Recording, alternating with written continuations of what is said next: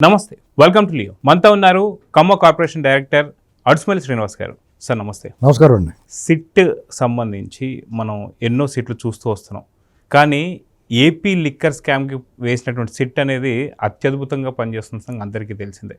అయితే దీనికి సంబంధించి ప్రణయ్ ప్రకాష్ ఏదైతే A52 ఉన్న ప్రణయ్ ప్రకాష్ని అరెస్ట్ చేయడం జరిగింది. అదేవిధంగా అదే సిట్కి ఏదైతే కారుమూరి నాగేశ్వరరావు గారు అది ఆయన కొడుకు ఇద్దరు కలిసి ఒక 25 లక్షలు లంచాలు ఇచ్చి కూడా ఆ సెట్ని మభ్యపడతాను చూశారంటే వీళ్ళు ఇంకా మారారా అంటే ఏం చెప్తారు సార్? వాళ్ళు మారాలని కోరుకుంటే తప్పు మీది. మారాలని కోరుకుంటే లోపలేసి కుమ్మేయాలి అంతే. ఇప్పుడు మీకు ఇక్కడ ఈ లిక్కర్ స్కామ్ పరిధి చాలా పెద్దదండి. ఇప్పుడు యాక్చువల్గా 3,000 కోట్లు ముడుపులు అనేటువంటిది ఎస్టాబ్లిష్ చేసి దాని మీద దర్యాప్తు చేసి దాన్ని ఆ కేసు కట్టి వీళ్ళందరినీ అరెస్టులు అయ్యి చేసి విచారణ చేస్తున్నారు. అసలు సినిమా ఇది ట్రైలర్ అంతే, టీజర్ ఇది. అసలు సినిమాలోకి ఇంకా వెళ్ళలేదు వీళ్ళు. అసలు సినిమా ఏంటనుకుంటున్నారు? జగన్మోహన్ రెడ్డి మద్యం పాలసీ మార్చి మద్యాన్ని బ్రోవరేజెస్ అన్నీ కూడా ప్రభుత్వమే వాళ్ళ తాలూకోళ్ళ ద్వారా హ్యాండ్ ఓవర్ చేసుకుని మద్యాన్ని వాళ్ళే సప్లై చేసి ప్రభుత్వం ద్వారా అమ్మించి డిజిటల్ పేమెంట్స్ లేకుండా క్యాష్కి అమ్మి లెక్కాపత్రం లేకుండా షాపుల్లో కూడా తన మనుషులను పెట్టుకుని ప్రభుత్వం పేరుతో ప్రభుత్వం వంకన డే లైట్ రాబరీ చేసాడే. పోనీ అదేదన్నా నాణ్యమైన మద్యం సప్లై చేశారా? నాసిరకం మద్యం, నకిలీ మద్యం, నాణ్యత లేని మద్యం, ఒక రకంగా అప్పుడప్పుడు కల్తీ మద్యం సప్లై చేసి ప్రజల ప్రాణాలతో ఆడుకున్నారు. అనేక మంది అనాథలు అయిపోయారు. కుటుంబాలు రోడ్డున పడిపోయినాయి, అనారోగ్యం పాలైపోయారు. ఇవాళకి కిడ్నీలతోటి పేగులు పుల్లడిపోయి బాధపడుతున్నారు. లెవరో కిడ్నీలు పాడైపోయి అనేక మంది ఒంటరి మహిళలు అయిపోయారు. పిల్లలు అనాథలు అయిపోయి వీళ్ళందరికీ ఎవరు బాధ్యులు? ఇవి 2 రకాల కేసులు. ఒకటి ప్రజారోగ్యంతో ఆడుకున్న దాని మీద ఒకటి, 2 ప్రభుత్వం పేరుతోటి ఒక ముఖ్యమంత్రి పాలసీ మార్చి డైరెక్ట్గా అతనే దీంట్లో బాధ్యుడు జగన్మోహన్ రెడ్డి. అది అసలు కేసు. అందులో ఇంకే వెళ్ళలేదు. ఎప్పుడు వెళ్తారో చూడాలి. దీన్ని ఎలాగప్పుడే 2 ఏళ్ళు అయిపోయింది. రేపు జూన్ 12 వస్తే 2 ఏళ్ళు అయిపోతుంది కదా ప్రమాణ స్వీకారం చేసి. అంటే దాదాపు 20 నెలల పైన అయిపోయింది. ఇంకెప్పుడు దీనికి ఎలాగ సాగుతుంది దొంగోళ్ళని పట్టుకోవడానికే. ఇందులో మళ్ళీ కారుమూరి నాగేశ్వరరావు ఆల్రెడీ TDR బాండ్ల కేసు ఉంది అతను. ఇప్పుడు వరకు అతను గుమ్మం దొక్కలేదు అవ్వడం పోలీసు వాళ్ళు. ఇప్పుడు ఇందులో మా పేరు రాకుండా చూడండి, డబ్బులు లంచ్ చూడడానికి ట్రై చేశారంట అని నీతిగోరులు చెప్తాడు. కారుమూరి నాగేశ్వరరావు ఒళ్ళు ఎంత కొవ్వెక్కిపోయి ఉన్నాడంటే గుంటూరు అవతల నరికేస్తాం, గుంటూరు అవతల లాక్కొచ్చి కొడేస్తాం ఉన్నాడు. అంటే నీ బలుపు ఇలా దొంగతనాలు చేసి ప్రజల సొమ్ము కొల్లగొట్టేసి అట్టగోలుగా సంపాదించి నీ ఈ కొవ్వు మాటలు అన్నమాట ఇవన్నీ అంతే కదా. ఆ బలుపు తగ్గించాలి కదా, ఆ బలుపు తగ్గించాలి. లోపలేసి పులుసు వేసేయాలంటారు. మా వైపుని పులుసు వేస్తూ ఉంటారు. పులుసు వేసేయాలి కదా, అప్పుడు దారిలోకి వస్తారు. వాళ్ళు తిన్నదంతా కక్కించాలి. ఊరికి అరెస్ట్ చేసి జైల్లో పెడితే బెయిల్ తెచ్చుకుంటాడు, మళ్ళీ తిరుగుతూ ఉంటారు, ఈ డబ్బు ఖర్చు పెట్టుకుంటూ ఉంటారు. ఎవడన్నా వస్తే దాన్ని లాయర్లు కట్టబడుతుంది. ఒంటి మీద గుడ్డలు తప్ప మొత్తం హ్యాండ్ ఓవర్ చేసుకోవాలి ప్రభుత్వం. నీకు ఎక్కడి నుంచి వచ్చింది ఇదంతా? నీ ఆస్తులు మొత్తం ఏసీబీ వాళ్ళు అందరూ కూడా ఐటీ, ఏసీబీ, ఈడీ అందరూ ఏకకాలంలో దాడి చేయాలి. మొత్తం ఎందుకు చేయట్లేదు ప్రభుత్వాలు? రాష్ట్ర కేంద్ర ప్రభుత్వాలు, ఎన్డీఏ ప్రభుత్వాలు ఉన్నాయి. వీళ్ళకి ప్రధానంగా శిష్ట రక్షణ, దుష్ట శిక్షణ అనేటువంటి బాటమ్ లైన్ తీసుకున్నారు వీళ్ళు. అటువంటిప్పుడు వీళ్ళందరినీ ఎందుకు వదిలేస్తున్నారు అనేటువంటిది వదులుతున్నారా, లేకపోతే వీళ్ళ మీద పట్టుకోవడంలో లేట్ అవుతుందా? ఒకవేళ పట్టుకున్నా కానీ వాళ్ళ తాలూకు ఆస్తులు ఎందుకు హ్యాండ్ ఓవర్ చేసుకుంటలేదు? చట్టంలో లేదా, లేకపోతే చట్టం చేయాలా? చంద్రబాబు నాయుడు గారు ఒకసారి అవినీతి పరుల మీద కేసులు ఉంటే వాళ్ళు ఆస్తులన్నీ జప్తు చేస్తూ ఉన్నారు. చట్టం ఆల్రెడీ చేశారు 14-19 టెన్యూర్లో. దాన్ని అమలు చేసి వాళ్ళ ఈ అవినీతి మీద అరెస్ట్ చేస్తే వాడు ఒంటి మీద గుడ్డలు తప్ప మొత్తం అన్ని లాగేసుకోవాలి. అప్పుడు వాళ్ళు దారిలోకి వస్తారు. లేదంటే దొబ్బుని సొమ్ముతో జగన్మోహన్ రెడ్డి ఆ దొబ్బేసిన సొమ్ముతోటే కదా 13 ఏళ్ళ నుంచి బెయిల్ మీద తిరుగుతున్నాడు. అతను ఈడీ అరెస్ట్ చేసి, సిబిఐ అరెస్ట్ చేసి కేసులు పెట్టి సుఖమేముందండి? 43,000 కోట్లు సీజ్ చేశారు. 1,00,000 కోట్ల మిగతా 50,000 కోట్లతో బంగారం భూమి కొనుసుకుని ఉంటాడు. అవి 100 రెట్లు 1000 రెట్లు పెరిగిపోయినాయి. ఇప్పుడు దాన్ని వాడుకుంటాడు విడివిడిగా. అనేక వ్యాపారాలు ఉన్నాయి, ఆ వ్యాపారాలు చూసుకుంటున్నాడు. ఆ డబ్బుతో అధికారంలోకి వచ్చాడు, అధికారం కోల్పోయాడు. మళ్ళీ ప్రతిపక్షంలో కూర్చున్నాడు, నోటుకు వచ్చినట్టు మాట్లాడతారు. అసలు భయం భక్తి లేదు, ప్రజల మీద అసలు గౌరవం లేదు, బాధ్యత లేదు. చట్టం, రాజ్యాంగం పట్ల అసలు అతనికి చాలా చులకన భావం ఉంది. న్యాయస్థానాలు బేఖాతరు చేస్తాడు, విక్రిస్తాడు అతను. అటువంటి వాడి దగ్గర ఈ బలం అంతా నీకు దేని చూసుకుని వచ్చింది? నువ్వు కొల్లగొట్టిన సొమ్ముతోటి వచ్చింది. ఆయన ఏమి చేయగల ఆ సొమ్ము లాగేసుకుంటే సరిపోతుంది, సింపుల్. ఆ మొసల్నే నీటిలోంచి తీసి బయటపడేలా. ఈ అవినీతి సొమ్ము అనేటువంటి మడుగులో అతను యథేచ్ఛగా తిరుగుతున్నాడు. ఆ బలాన్ని తగ్గించాలి కదా మీరు.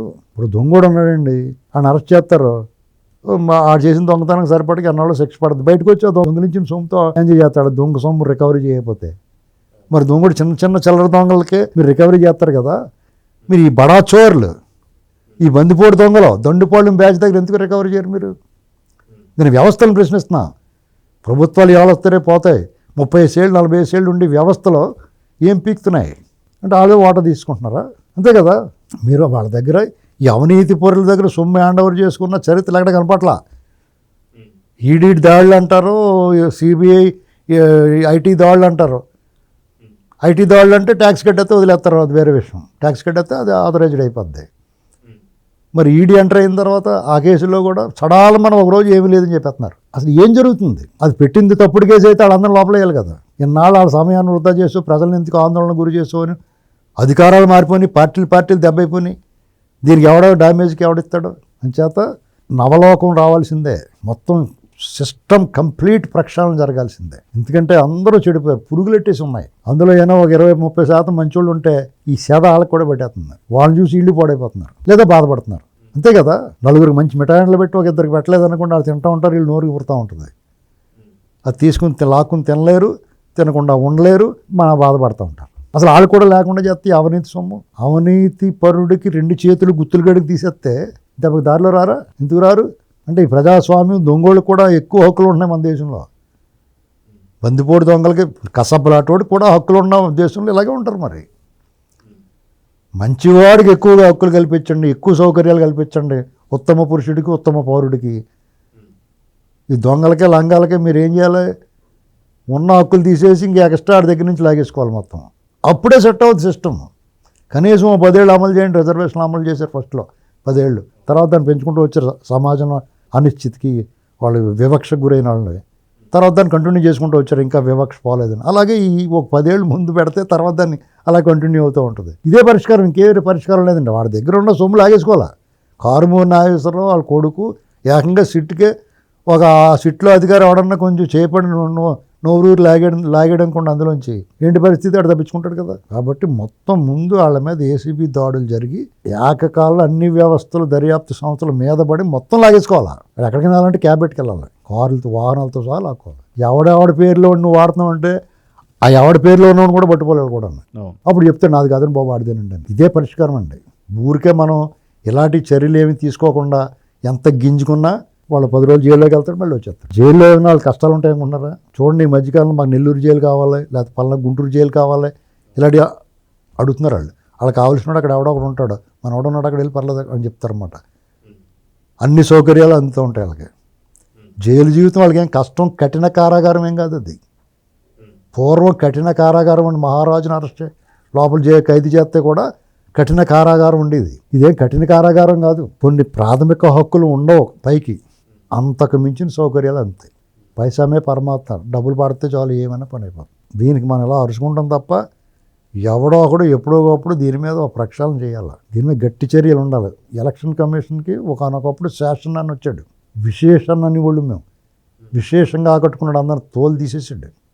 దాంతో ఎలక్షన్ కమిషన్లో చాలామంది దారిలోకి వచ్చేసారు. తర్వాత మళ్ళీ మామూలు అయిపోయింది. కానీ కొన్నాళ్ళన్నా నడిచింది కదా. అతను తీసుకొచ్చిన సంస్కరణలు ఇంకా అమలు అవుతూ ఉన్నాయి కదా. ఇవాళకి ఎలక్షన్ కమిషన్ అంటే భయపడే పరిస్థితి ఉంది కదా. అలాగే ఈ యాంటీ కరప్షన్కి చర్యలకి అందులో సరైన రంకుమొగుడు రామస్వాములటువంటి ఇవ్వాలి. అర్థమైందండి? దెబ్బకు తిరుగు ఉండదు, ఇంకా దారిలోకి వస్తారు. దొరకకూడదురా బాబు అనుకుంటారు ఫస్ట్, దొరకకూడదంటే ఆ పని తప్పు చేయకూడదు. అలా వెనక్కే సెట్ అవుతారు అంతా. అంతేం పరిష్కారం లేదంటే లంచాలు ఇచ్చేస్తారు. ఇప్పుడు ఏమి లేదండి, మీ ఇంటికి అరెస్ట్ చేయడానికి వస్తారు, మీ మీద వారెంట్ ఉంది, మీ ఇంటికి అరెస్ట్ చేయడానికి వస్తున్నారు అనుకోండి, మీ మంచం కింద సూట్ కేసు పెట్టుకుని అందులో కొద్దిగా నగదు పెట్టుకుంటే అరెస్ట్ చేయడానికి వచ్చిన టపాల్మని ఓపెన్ చేసి ఇచ్చేది నేను లేనని చెప్పేయంటే చెప్పేస్తారు. ఇది జరుగుతున్నది. ఇక వాళ్ళు విపరీతమైన ఒత్తిడి పాలకులు అధికారులు ఇంకా తప్పనిసరిలో నువ్వు తీసుకురావాలంటేనే తీసుకొస్తారు. ఏమంటే మేమేం చేయలేమండి పైనుంచి ప్రెజరు అని చెప్తారు. అప్పుడు దారిలో జాగ్రత్తగా తీసుకెళ్తారు. చూసారు ఆ మధ్యకాలంలో వాళ్ళకి సకల వైభోగాలు సకల సౌకర్యాలు చేశారు, మంచి మంచి బిర్యానీలు ఇప్పించారు, పడుకోవడానికి పరుపులు వేసారు అన్నారు చూసారా. ఇలాంటివి అన్నమాట. తప్పని పరిస్థితుల్లో తీసుకెళ్ళినా కానీ వాళ్ళకి ఏం లోటు రాకుండా చూసుకుంటారు. ఇంతకీ ఇది సిస్టమ్ ఊరికే మన ఆనందపడి సునకానందం, వాళ్ళు అరెస్ట్ చేయరు వీళ్ళు అరెస్ట్ చేయరని ఆనందపడతాం. అర్థమైందండి? అవును సార్. ఈ దేశంలో దొంగోళ్ళు చాలా బాగుందండి. పాపం చంద్రబాబు నాయుడు గారిని చూడండి, ఆయన చూస్తే ఒకసారి చాలా జాలేద్దండి నాకు.